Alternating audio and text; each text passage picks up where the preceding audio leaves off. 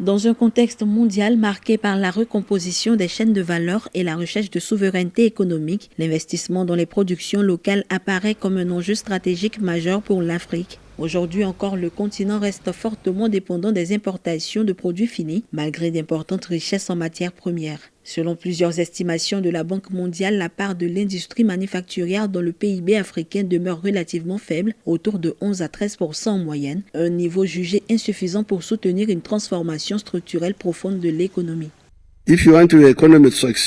Pour qu'une économie prospère, il est impératif d'identifier ces facteurs qui font grimper les coûts de production.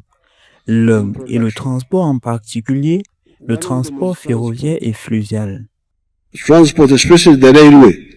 Dans le même temps, l'Afrique représente moins de 2% de la production manufacturière mondiale, loin derrière les autres régions émergentes, ce qui illustre son positionnement encore limité dans les chaînes de valeur globales. Pourtant, les experts estiment que le potentiel est considérable. La transformation locale des matières premières, notamment dans l'agro-industrie, le textile ou les minerais, pourrait générer davantage de valeur ajoutée, d'emplois qualifiés et de recettes fiscales comparées à l'exportation brute. Nous avons commis beaucoup d'erreurs par le passé en nous appuyant sur les investisseurs étrangers. L'investisseur étranger ne viendra pas sans le leadership de l'investisseur national. Un investisseur national doit donc prendre le risque de commencer à développer son propre continent. Vous n'avez pas à attendre les investisseurs étrangers.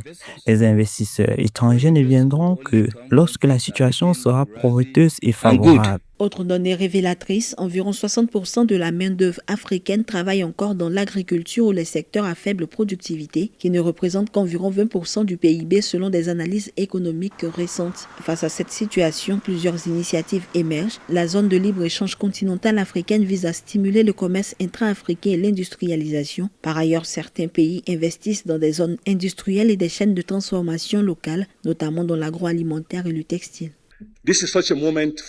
C'est un moment crucial pour l'Afrique, car l'Afrique de demain ne sera pas façonnée par le seul espoir. Elle sera façonnée par ce que nous construisons, par ce que nous finançons, par ce que nous connectons, par ce que nous traitons et par la même manière dont nous choisissons de le faire maintenant. L'Afrique que nos enfants hériteront, ce sera celle que nous avons intentionnellement construite.